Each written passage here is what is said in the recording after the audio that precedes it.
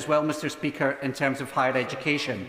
He will know that the biggest financial impact on higher education in Scotland have been Westminster policies, which is why the sector in the UK is facing some challenges. National insurance increase, Brexit, that I know he passionately opposed or used to anyway, and the hostile environment. Now, Mr. Speaker, Labour found common ground with Michael Gove in terms of sticking him into the House of Lords, but they also found common ground with him about his commitment to decentralising migration. That's had a particular impact on the higher education sector, not least in Dundee. That's been the biggest financial hit. Can you let us know what progress he's made on that commitment by Scottish Labour?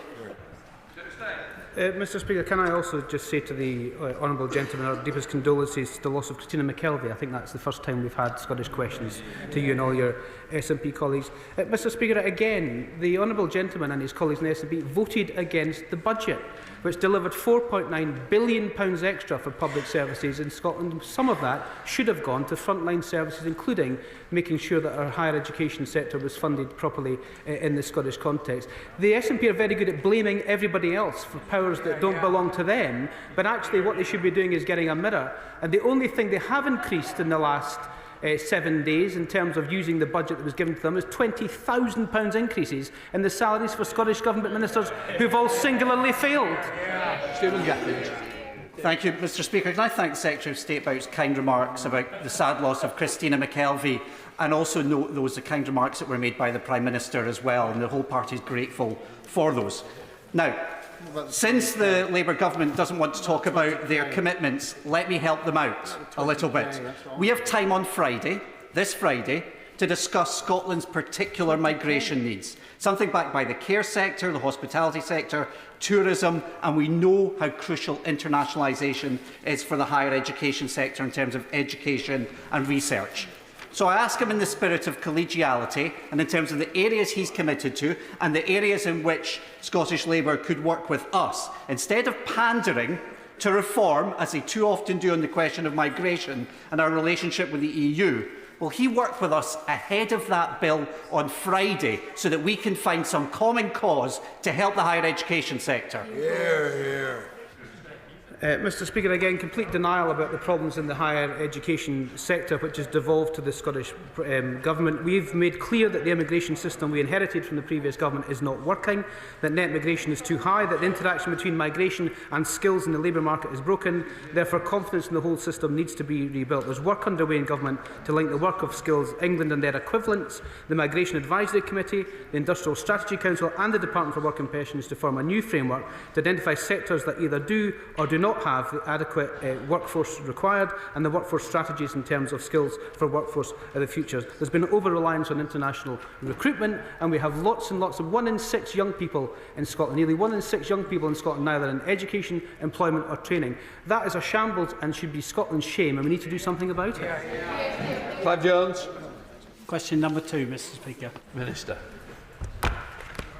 Mr. Speaker, may I start by commending the honourable member for the consistent attention he's paid to this issue since he was elected last year and the education he's brought to all of us on it. Cancer remains Scotland's biggest killer, with Cancer Research UK reporting that Scots are receiving worse cancer treatment than their neighbours in other parts of the UK. The National Cancer Plan for England will save lives otherwise lost to cancer and deliver improved care and patient experience. Last year, a UK Labour budget delivered the biggest settlement for Scottish public services in the whole history of devolution. It's time for the Scottish Government to step up and get serious about cancer. Clive Jones. Thank you very much, Mr. Speaker, and can I thank the Minister for her reply and her very kind remarks.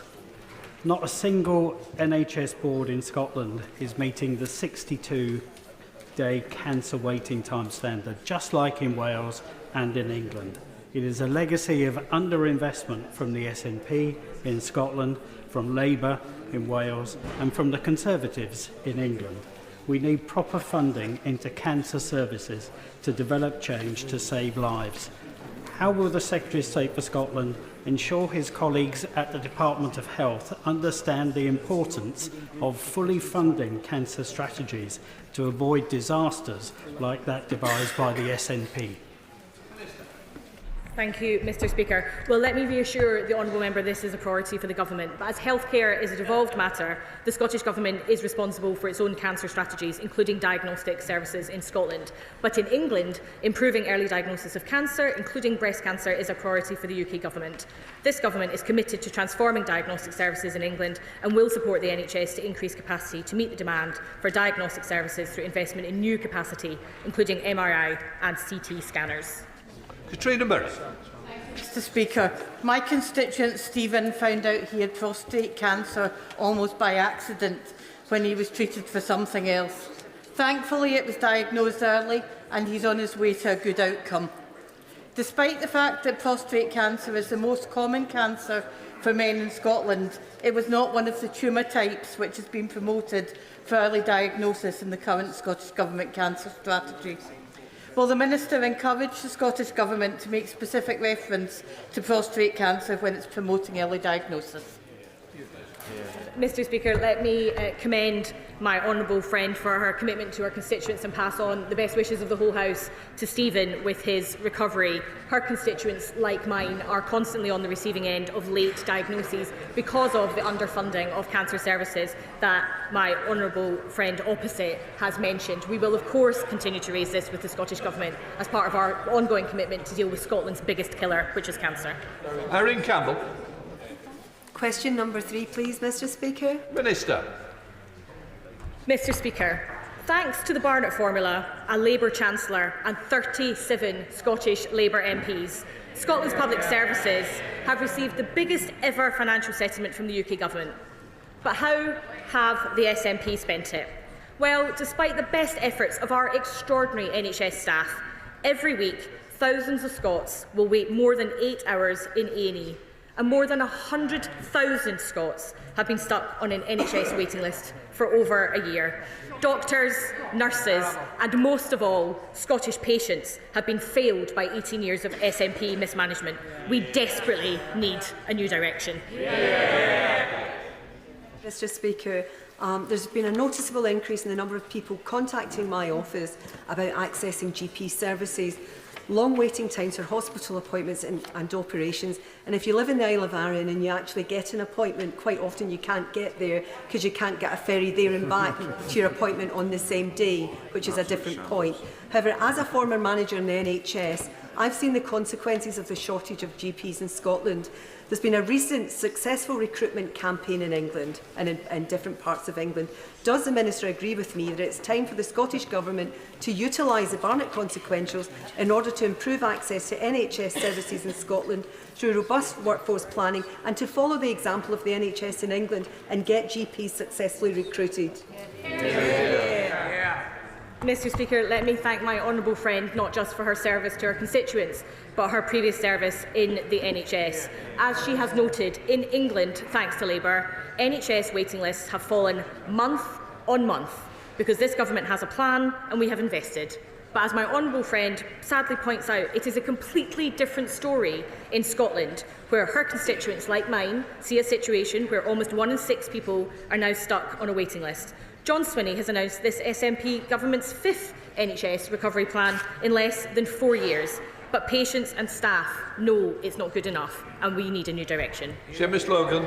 Thank you, Mr Speaker. The Minister speaks of the wonderful NHS staff that we have, and she's right. But she also speaks of a new direction that's required. Let me give you a clue as to what the possible new direction might be that you're speaking of. The Good Law Project revealed this month that more than 60% of donations to Labour's Health Secretary, totalling £372,000, came from individuals and companies linked to the private healthcare sector. So, as the same Labour Health Secretary is so fond of saying, all roads lead to Westminster, including NHS funding. So, with cuts to public services coming down the line, is the Secretary of State or the Minister worried about the influence of private health donors on his cabinet colleagues? Mr Speaker, the honourable gentleman says there have been cuts to public services. Let me put on record once again. This Labour government pledged to end austerity, and we have. With a record settlement for Scotland's public services, money that has been squandered by the SNP government, such that we are still in a situation where nearly 1 in 6 Scots are on a waiting list, whereas south of the border, waiting lists have fallen for the 5th month in a row. That's the difference a Labour government with a plan and willingness to fund it makes. Sir Ashley Fox. Question number 4, Mr. Speaker. Secretary of State. With your permission, Mr. Speaker, I will answer questions 4 and 15 together. I'm proud of the enormous contribution North Sea workers have made to our country, and that oil and gas will be an important part of our energy mix for decades to come. We have a workforce that leads the world, and we are determined to secure their long-term future in the energy industry, including oil and gas. The UK Government will soon respond to our recent consultation on supporting the energy transition in the North Sea, and I'm in the North East tomorrow, turning on a wind farm and also meeting leaders in the oil and gas sector. Sir Ashley. Mr. Speaker, if the UK achieves net zero in 2050, we will still consume about 14 billion barrels of oil and gas a year. We are currently on track to produce 4 billion barrels a year. Will the Secretary of State explain why he prefers to import our energy than produce it ourselves? Mr. Speaker, our national mission of this Labour government is to get to clean power by 2030, but that means 3 things. It means renewable power, it means nuclear power, and it also means oil and gas. As I've said already, oil and gas will be with us in the Scottish and UK context for decades to come. Harriet. Thank you, Mr. Speaker. A recent report by Offshore Energies UK showed that if the UK oil and gas basin was continued to be used until 2050, it could produce half of our oil and gas needs. That would do wonders for jobs in the North East of Scotland, the North East economy, our energy security, the energy transition, and it would also bring in £12 billion to the Treasury. On top of that, it would also bring in £150 billion of economic growth to the UK, which I'm sure everyone in this House and the Government would welcome. So will the Secretary of State please have a word with the Energy Secretary and ask him to stop his policies which are continuing to ruin our oil and gas sector and for once back in North East Scotland? Mr. Speaker, the Honourable Lady mentions the oil and gas sector in 2050, and I've already mentioned at this dispatch, as is the Secretary of State, Des Nez, that oil and gas will be with us for decades to come, including to 2050. Gilbert. Mr. Speaker, does my right honourable friend agree with me that there's an opportunity for significant economic growth in Scotland from getting a just transition from oil and gas to clean power right?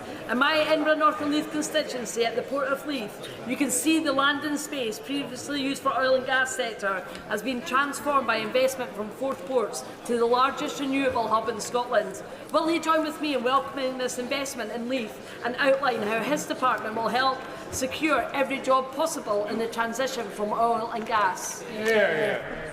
Mr. Speaker, can I commend my honourable friend for the work that she's doing, particularly in her constituency in the Port of Leith, to make sure we can have the transition and have it well. But what she highlights is the important thing about this particular issue and debate, that the energy mix requires us to have renewable power and clean energy by 2030, but it also requires us to have nuclear power, and it also requires us to have oil and gas. The energy mix means we do it all, it's not either or.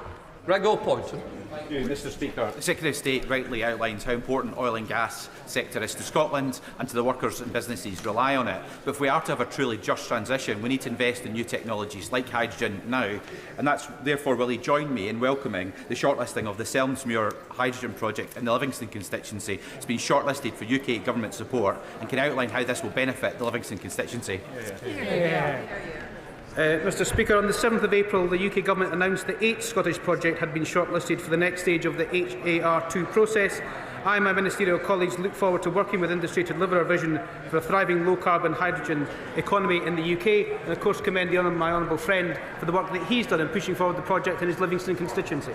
Secretary of State Andrew Barr. Thank you very much, Mr. Speaker. Mr. Speaker, can I ask the Secretary of State, does he agree with the Scottish Labour leader who says that there is no question it has to be new oil and gas? Or does he agree with his colleague, the Energy Secretary, who's banned new licences in the North Sea and is overseeing an accelerated decline of the UK's oil and gas basin?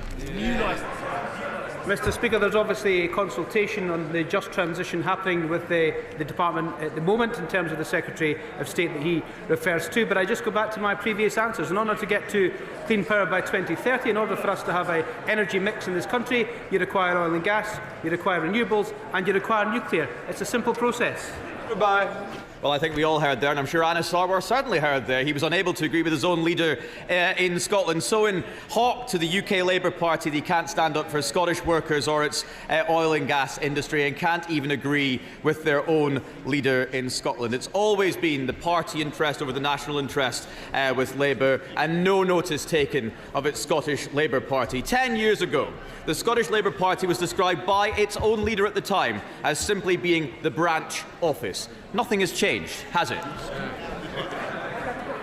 Mr Speaker, the sole purpose of this government initially in the first few months was to clean up the mess that his government left of this country, which included the £22 billion black hole. We'll get on with delivering our missions, including clean power, by 2030. That's what we're focused on, because that's what's good for jobs, good for bills and good for the environment. Robin Swan. Question number 5, Mr Speaker. Minister. Mr Speaker, under the Windsor framework, the Northern Ireland plant health label allows growers and traders to move plants and seeds for planting from Great Britain to Northern Ireland without a phytosanitary certificate, and Scottish businesses have benefited from this. For example, more than 1.5 tonnes 1,500 tonnes of previously prohibited seed potatoes have moved to Northern Ireland from Great Britain last year, mostly from Scottish traders. Thank you very much, Mr Speaker. The Minister will know that McIntyre's fruit and plant in Scotland has actually said that it's easier to supply Japan than it is to send plants to Coleman's nurseries in my constituency in South Antrim. And the same company has now seen orders cancelled in Northern Ireland. At the weekend, Ewing Seafoods, Northern Ireland's oldest fishmonger, had a 40-foot container filled with hundreds of thousands of pounds of fresh fish returned from Belfast to Scotland due to administrative paperwork errors on 7 boxes. So will the Minister or Secretary of State meet with me in representation of those companies to see what can be done to ease what is a bureaucratic burden on Northern Ireland business and Scottish business? Mr Speaker, I'd be delighted to meet with the honourable gentleman, but let me reassure him the Horticultural Working Group, co-chaired by senior officials from DEFRA and the Cabinet Office, has been set up specifically to tackle issues around movement of seeds to consumers in Northern Ireland as a first priority. I know he's mentioned other topics too, and I'm very happy to meet with him on them. That group meets regularly to address issues and includes representatives of the Ulster Farmers Union, the National Farmers Union and the Horticultural Trades Association. Business leaders, as well as a small number of other horticultural businesses, also sit on that working group. I'd be delighted to discuss this further with him. Chris Keir. Thank you, Mr Speaker. Scotland produces world-class potatoes that supply our iconic fish and chip shops, like the Real Food Cafe and the Green Welly stop in Tyndrum, Vincenzo's in Stirling, whose fish supper won an award last year, and Corrieri's in Causeway Head, where Robert and Peter Corrieri retire this year after decades of service. Will the Minister recognise their value to our local economies and say what more can be done to support the supply chains linking Scottish growers to these much-loved businesses? Mr Speaker, my honourable friend will be aware that potatoes are, of course, a staple of our national dish, haggis, neeps and tatties. They're a staple of my favourite breakfast, the dry potato scone. I'm delighted to join him in recognising all of the fish and chip shops in his constituency, and I'd be delighted to accept invitations for a fish and chip shop tour from any of my colleagues across the House to recognise their vital contribution. David Mundell. Number 6, Mr Speaker. Mr Speaker, I'm sure that wasn't for me. We know that this will be a concerning time for businesses in Scotland. In 2024, 12.3% of goods exported from Scotland were to the US. That is why the UK Government is focused on negotiating an economic deal with the US. As the Business and Trade Secretary made clear in his statement to this House on the 3rd of April, the Government is resolute in our support for industries across the whole of the UK, and ministers and officials will continue to engage with the businesses to understand the impact that these tariffs may have.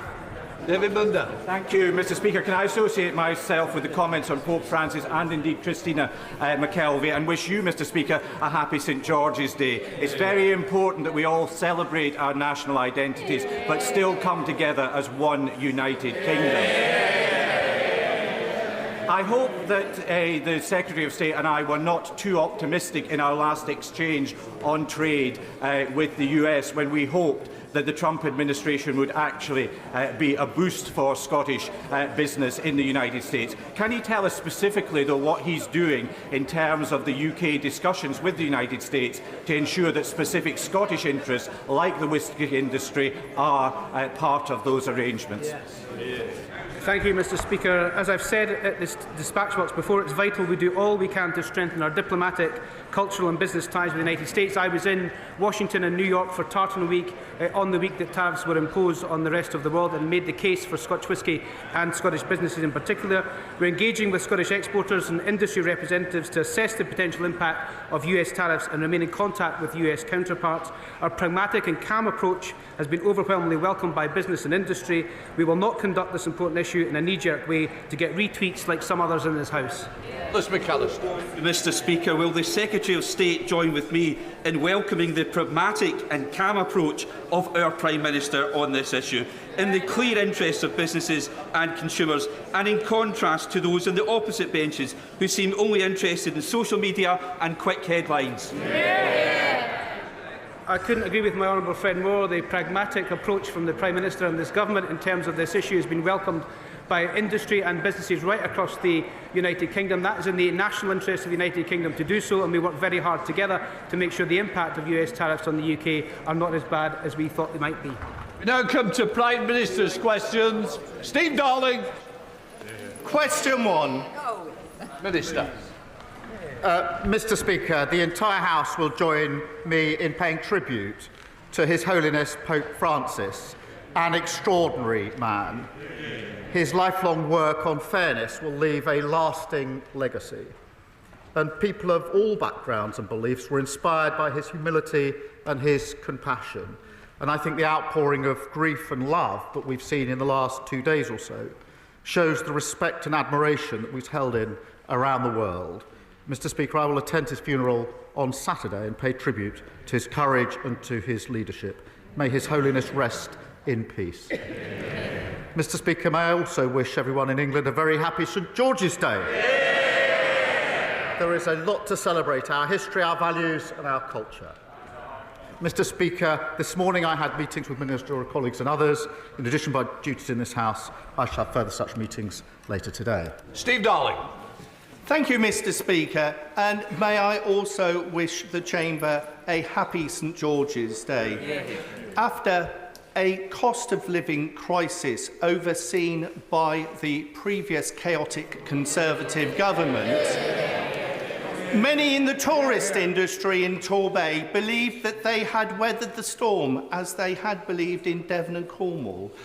However, with the government's NIC hikes and effective jobs tax, many in the tourist industry in Torbay fear that this could be the last nail in the coffin of some of those businesses. So in light of this summer, will the Prime Minister give me the pleasure of showing him round Paynton Zoo and seeing this outstanding, amazing tourism attraction in Torbay, one of many across the west of England who are sadly being massively impacted by this jobs tax? Well, Mr. Speaker, that's very... Well, look, may I start by wishing Jenny, his guide dog, a very happy birthday, I think, for yesterday. 6 years old, although she doesn't look particularly interested in my answer, I have to say. Mr. Speaker, look, I do recognise the importance of tourism to his beautiful constituency. I've been there many times, worked there for a short time, driving growth and creating jobs. We've announced a new Visitor Economy Advisory Council, which will work with business to deliver a new strategy focused on supporting growth and the tourism industry. Visit Britain has also launched a new international marketing campaign to showcase Britain's incredible heritage, culture and landscapes, and I know the Minister of Tourism will be happy to keep him updated. Charlotte Little. Thank you, Mr. Speaker. The Criminal Injuries Compensation Scheme hasn't been uprated with inflation since 2012, meaning compensation for victims of violent crime, including rape and child abuse, is worth less than half what it was then in real terms.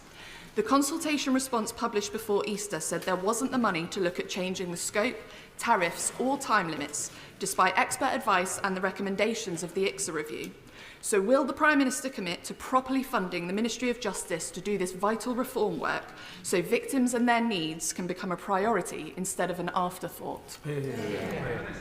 Well, Mr Speaker, the honourable friend knows my personal commitment to delivering justice for victims of crime who've been completely failed over the last 14 years. We are improving access to compensation through better online systems and equipping staff with the skills they need to better support victims. We are, of course, also consulting on a revised Victims Code that will increase the powers of the Victims Commissioner to ensure more accountability, and I'm happy to ensure that she meets the relevant minister to discuss those issues. We now come to the Leader of the Opposition, Kemi Badenoch. Mr Speaker, can I also wish everyone a happy St George's Day? And can I also associate myself with the remarks about the passing of His Holiness Pope Francis on Easter Monday? Being married to a Catholic, I know the profound loss for millions in Britain and across the world. Mr Speaker, does the Prime Minister now accept that when he said that it was the law that trans women were women, he was wrong? Well, Mr Speaker, let me be clear. I welcome the Supreme Court ruling on this issue. It brings clarity and it will give confidence to women and, of course, to service providers. The Equality and Human Rights Commission will now issue updated guidance, and it's important that that happens and that all service providers then act accordingly. This government's approach and my approach has been as follows: to support and implement the Supreme Court ruling, and we will; to continue to protect single-sex spaces based on biological sex, and we will; but also to ensure that trans people are treated with respect, and we will; and to ensure that everybody is given dignity in their everyday lives. I do think this is the time now to lower the temperature, to move forward and to conduct this debate with the care and compassion that it deserves, and I think that should unite the whole House. Mr Speaker, he can't bring himself to admit that he was wrong. That was the question. But he spoke about respect and dignity and compassion and lowering the temperature. So will he now apologise to the member for Canterbury, the very brave member for Canterbury, for hounding her out of the Labour Party simply for telling the truth? Mr Speaker, I've always approached this on the basis that we should treat everyone with dignity and respect, whatever their different views, and I'll continue to do so. And I'll tell you, Mr Speaker, for why.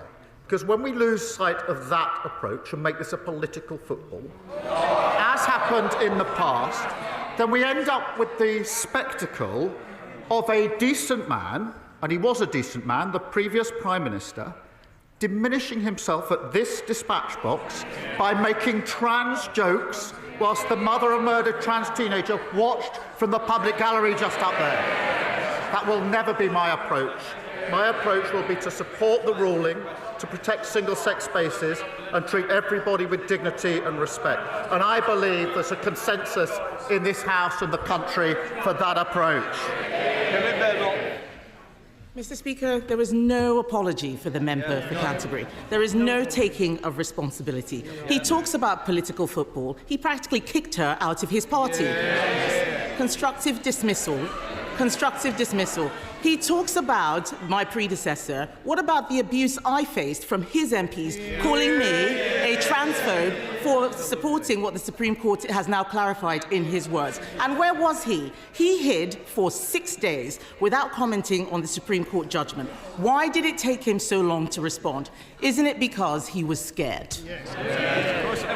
Mr Speaker, the only fiction here is the idea she delivered anything in office. She held the post of Minister for Women and Equalities for 2 years, and she did precisely nothing.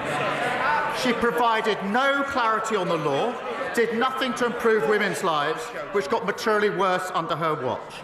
They talk, for example, about hospitals and mixed-sex wards, uphill and down-dale. What happened in the last decade? The use of mixed-sex wards in our NHS rose by 2,000%. And there's a pattern of behaviour here. Women and Equalities Minister failed to do anything for women. the Trade Minister who failed to get a trade deal with the US, the Business Minister who failed to get a deal with British Steel. She's a spectator, not a leader. Mr. Speaker, I will tell him what I did. I stopped the gender... I will. Yes. When his Labour leader in Scotland was whipping his MSPs to get male rapists into women's prisons, I stopped that gender recognition bill.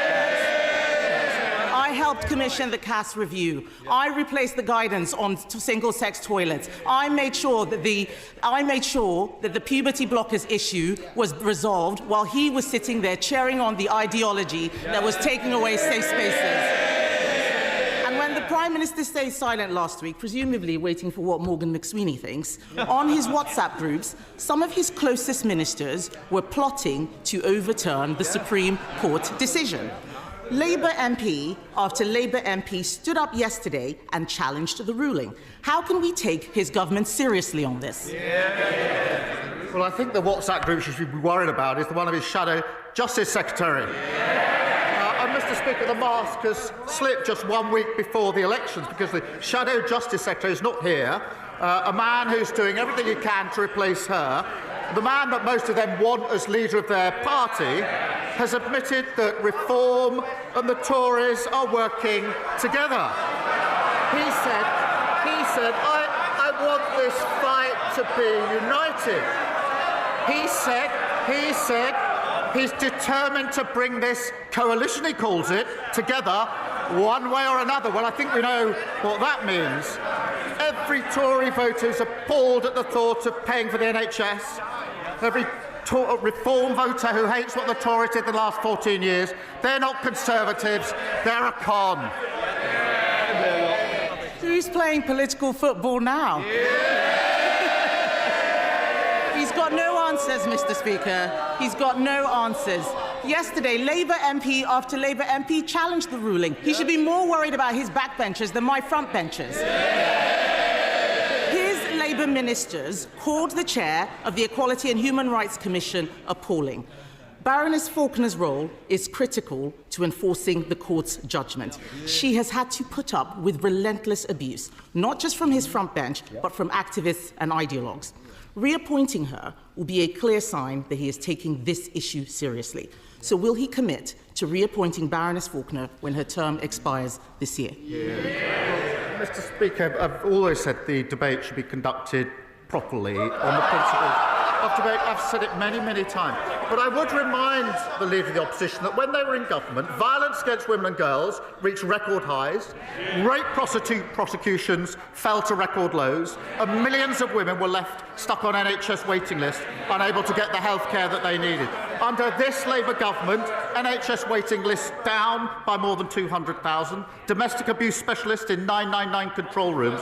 We've strengthened access to maternity pay, something she calls excessive. She talks about political footballs, but a coalition between Reform and the Tories being formed behind her back, we know what that means when the Shadow Justice Secretary and the member for Clacton cook up their joint manifesto.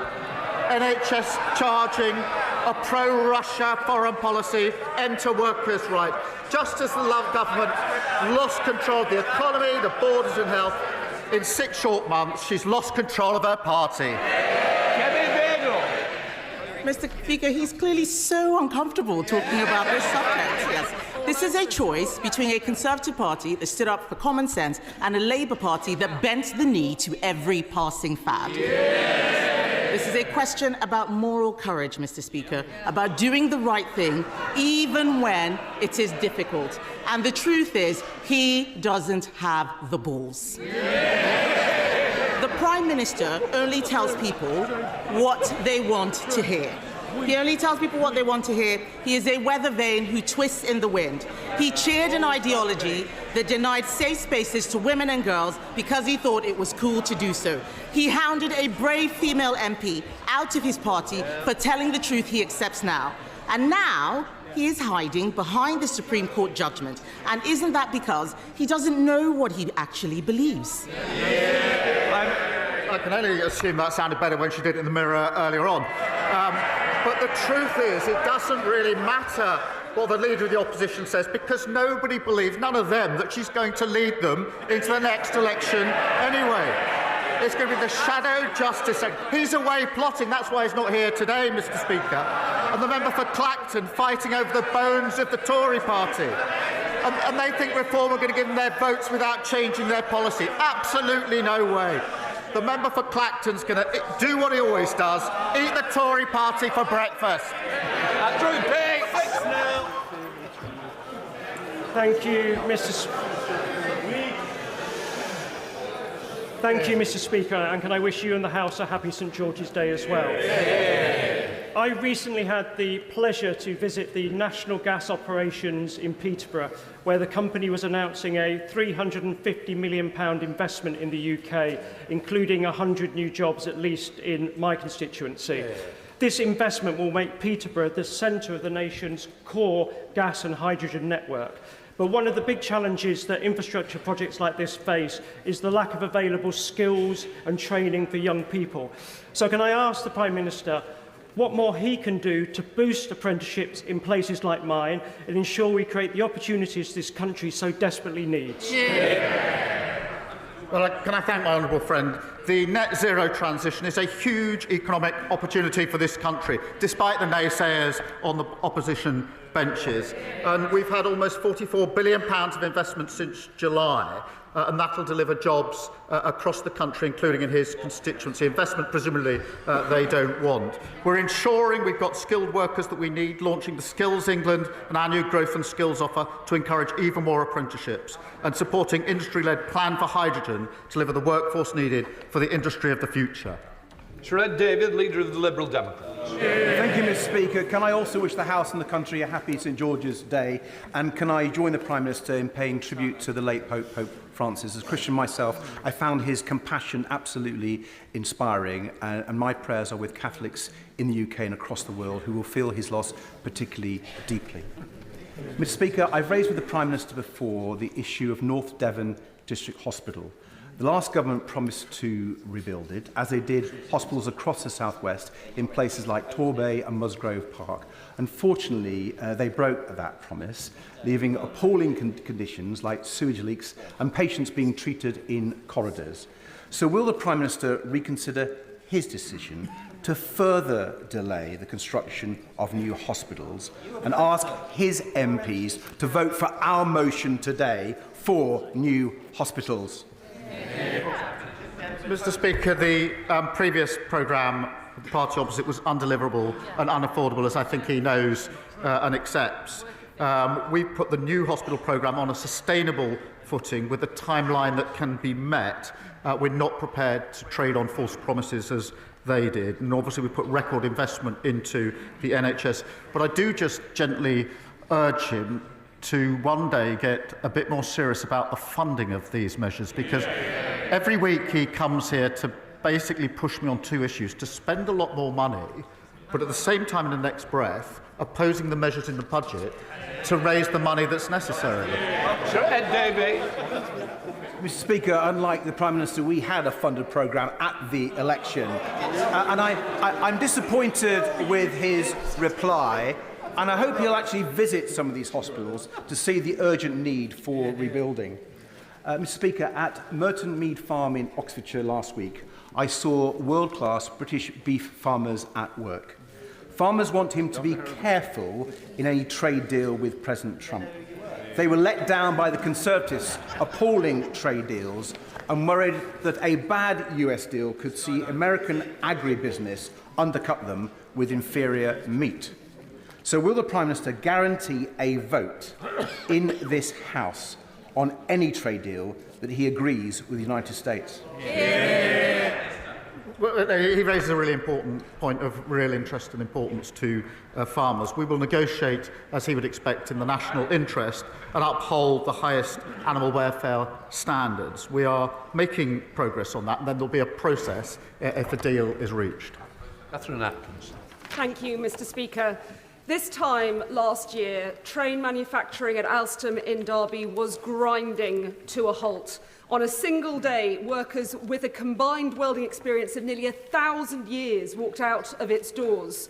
But the whole city came together with crucial backing from this Prime Minister.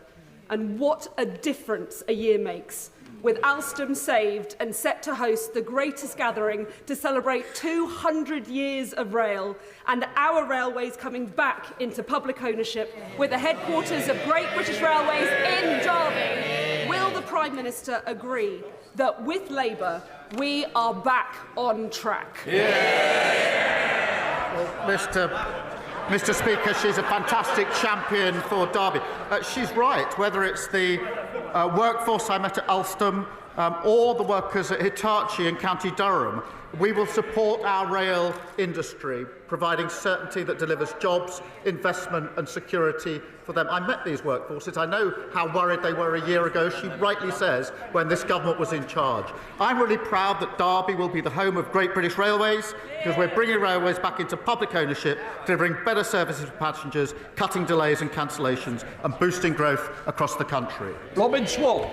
Thank you very much, Mr. Speaker. Can I join the Prime Minister and my party in regards to the condolences to the passing of His Holiness Pope Francis?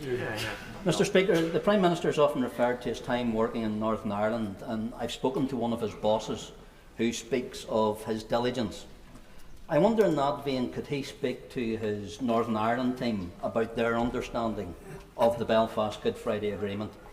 Because the Secretary of State in an interview seemed to think that it had been negotiated by Ian Paisley rather than David Trimble and my party. His Northern Ireland Minister has said at the start of this week that the future of Northern Ireland as part of the Union is dependent on opinion polls, and she wasn't sure if she was a Unionist. Can the Prime Minister confirm to me his understanding of the principle of consent and confirm to this House that he is a Unionist? I thank him for that question, and I did work in Northern Ireland for 5 years and therefore appreciate firsthand how important these issues are. And it was a very formative period for me in terms of my career and my thinking. The Good Friday Agreement is one of the proudest achievements of the last Labour government. I pay tribute to everybody who helped bring that around, because, as he will know and other members will know, it was such an important moment in the history of the conflict, and I absolutely stand full square behind the principles, some of which I was doing my part to help implement when I was working in Northern Ireland. They will always drive me on the issues that he raises with me. Andy MacDonald. Thank you. Happy St George's Day, Mr. Speaker, and may I associate myself with the Prime Minister's remarks about Pope Francis. Mr. Speaker, after 14 years of Conservative government, too many of my Middlesbrough and Thornbury East constituents live on low incomes or in real poverty. I very much welcome the employment support proposals in the Welfare Green Paper, but the government has to be clear about the real opportunities it's offering more than 3 million families who it says will lose out financially as a result of this package. So before asking MPs to vote, can he confirm that we will see fresh OBR analysis, evidence on who will be affected by the PIP changes, and the government's own assessment of the employment impact of its measures? And will he confirm that this policy will not result in increased experience of poverty? Well, Mr. Speaker, we are reforming a broken system, the system that we inherited, and I think most people accept that it needs reform because it traps people in unemployment and inactivity, and we need to reform it for that reason. The principles will be that we will provide support where support is needed. Where people do want to get into work, we will help them into work. The current system operates against people getting into work who want to make that transition, and that if you can work, you should work. Moving into work is what halves your risk of being in poverty, and that's why we've invested £1 billion in tailored employment support. And of course, we're introducing a new premium for those with the most severe lifelong disabilities who will never be able to work. Roberts. Last week, former steelworkers in Port Talbot watched in dismay as this government deemed their livelihoods worth less than those in Scunthorpe. FOIs reveal that the UK government doesn't know how its funding for reskilling workers in Wales is being used, or even how many people are being retrained. We know concerns have been raised by the Transition Board. If this government can't explain how it's helping Port Talbot's laid-off workers to build a future through reskilling, why shouldn't those workers then come to the logical conclusion that Labour has abandoned them? She raised a really important issue in relation to Port Talbot. I visited a number of times and heard firsthand from the workforce there. And she may or may not know that even in opposition before the election, I was talking to the owners to try to persuade them to delay their decisions because I knew an election was coming. That's how important I thought it was. I would remind her that at the same time, the then Prime Minister refused to pick up a call to the First Minister to even discuss the issue. I took a different approach because I realised just how important it was. I would remind her, because she compares it with the decision we took last week, that the blast furnaces were turned off in January of last year, the coke ovens in March 2024, and therefore that was before the election. That was the very thing I was trying to ensure didn't happen for reasons that she and the workforce will understand, and I was talking to the workforce throughout that. What we've been able to do there since then is to negotiate an improved deal with Tata. We did that within 10 weeks. Better terms for the workers, and we're working hard to maximise opportunities from the £1.25 billion investment in electric arc furnace, and supporting those with job losses with £80 million of funding to learn new skills, supply chains and protect communities. But I mean, she talks about protecting working people, but she voted against the biggest settlement, devolution settlement, since devolution. That includes more money for public services, including the NHS, and they voted against it. Can I commend the Prime Minister and his government for the action taken so far to reform the NHS in England, making it fit for the modern day with improved technology, more GPs and appointments, and waiting lists cut for consecutive months. However, it is deeply unfortunate that in Scotland we have an SNP government that has made the political choice to waste taxpayers' money on vanity projects, flawed legislation and failed court cases rather than focus on improving our health service. Does he agree with me that the people of Airdrie and Shotts, who have been promised a new hospital for almost a decade, deserve far better than suffering and pain on waiting lists and receiving treatment in crumbling buildings as a direct consequence of SNP incompetence? My honourable friend is a real champion for Airdrie and Shotts, and over 60,000 Scots have been stuck waiting for tests or treatments for over a year. That's a 46% rise in 1 year. And yet almost 50,000 fewer operations have been carried out compared with before the pandemic. And compare what the SNP are doing with what we're doing here in England. We've driven down waiting lists within 6 months, 6 months' worth of reductions in a row with over 3 million extra appointments. Scotland's NHS urgently needs change, but the SNP has no strategy, no plan and absolutely no ideas. Thank you very much, Mr. Speaker. The danger posed by China to our national security is self-evident. So can the Prime Minister explain why he and his government have chosen to treat Beijing as a business partner and not as the hostile state that it truly is?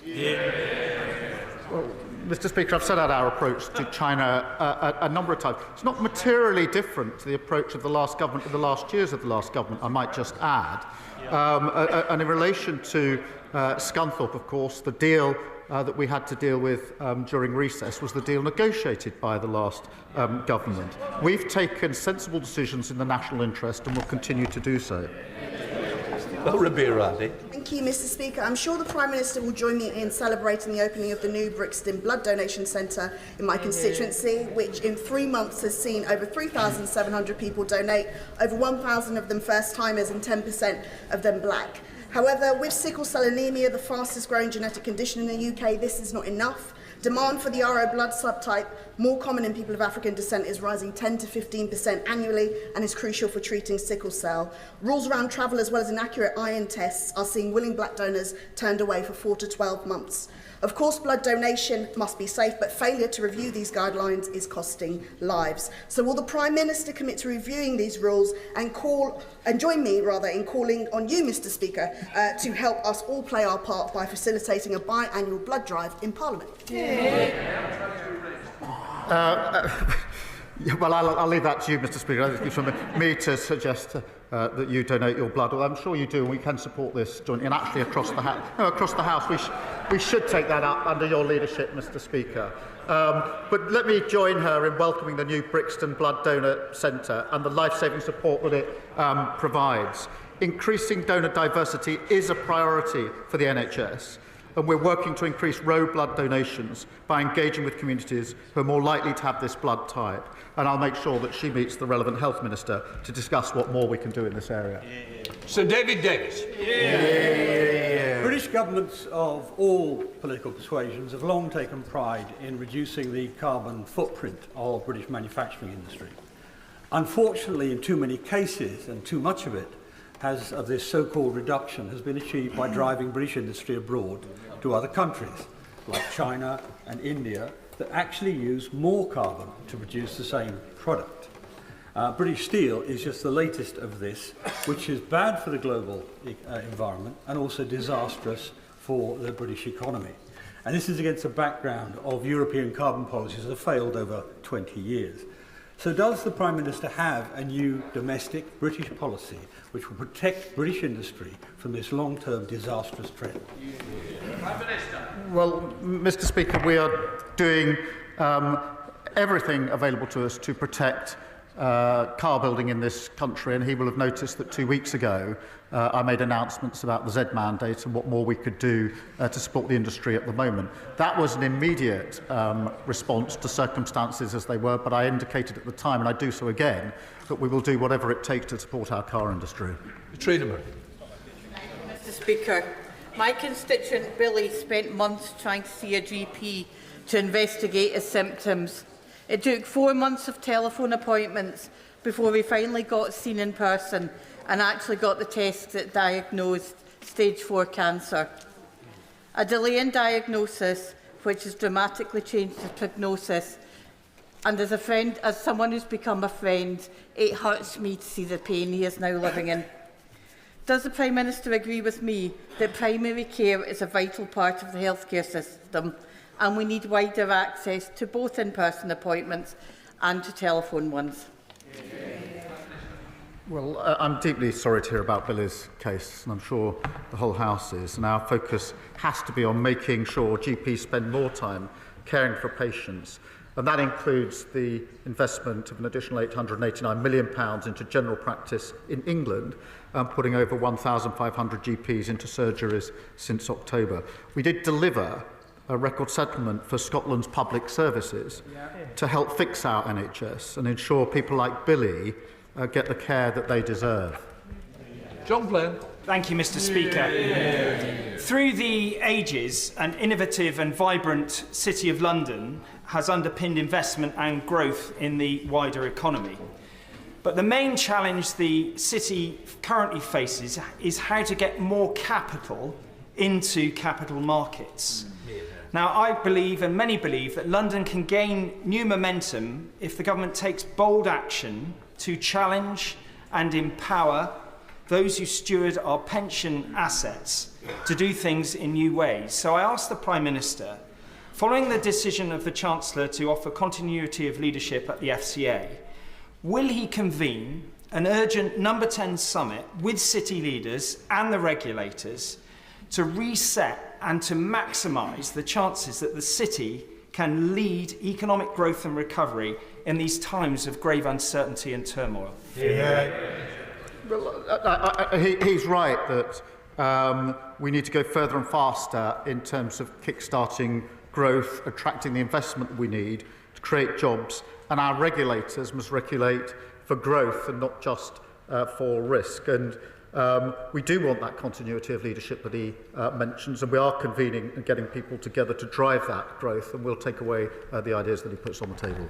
Alison Hoon. Thank you, Mr. Speaker. Proposed changes to personal independence payments mean that people who require various levels of support due to lifelong conditions such as learning disabilities will not meet the new eligibility criteria. However, the Green Paper introduces a group of people with lifelong conditions who will not be subject to reassessment. Can the Prime Minister confirm that people with a learning disability, which is a lifelong condition that will not change, will be included in the group of claimants who will not be subjected to repeated reassessments? Right, thank her for her question. I know this means a lot to her. We're clear on the principles for reform, protecting those with the most severe disabilities who will never be able to work, as she references, and making sure people with the most severe disabilities and health conditions will never face the prospect of being constantly reassessed again. We are making sure that extra financial support is based on the impact of health condition or disability, not the capacity to work, and I can reassure her we're carefully considering options for transitional protection. Thank you, Mr. Speaker. His Chancellor's economic policies started off badly and have headed rapidly downhill from there. His Energy Secretary's policies ensure that energy-rich Scotland lives under the highest domestic and commercial energy prices in the world, and his Foreign Secretary provides diplomatic cover for the atrocities committed in Gaza by the IDF, to the horror of the people of Scotland. This is just one, but he is the incompetent-in-chief who refuses to bring his ministers into line. Just one of the reasons that independence enjoys an 11-point lead over remaining in this dysfunctional, broken Brexit Britain. Does he understand why the people of Scotland are so dissatisfied with the latest iteration of dysfunctional British rule in Scotland? Does he understand the electorate in Scotland answered that question in July of last year? I remember there used to be quite a few of them sitting around here. Now it's a distant cry from up there. Final question, Zara Sultan. Thank you, Mr. Speaker. Last week, humanitarian law organisations applied for an arrest warrant for Israeli Foreign Minister Gideon Saar over alleged war crimes in Gaza, including the siege of Kamal Adwan Hospital and the torture of its director, Dr. Hussam Abu Safia. Yet the red carpet was rolled out. Saar has justified blocking vital humanitarian aid into Gaza, backed the illegal annexation of Palestinian land, and rejected a Palestinian state. The Prime Minister is a human rights lawyer, so surely he knows that the UK has a legal duty to uphold international law. Why then did he block the arrest of an unindicted war criminal? I didn't. Right, that completes Prime Minister's questions.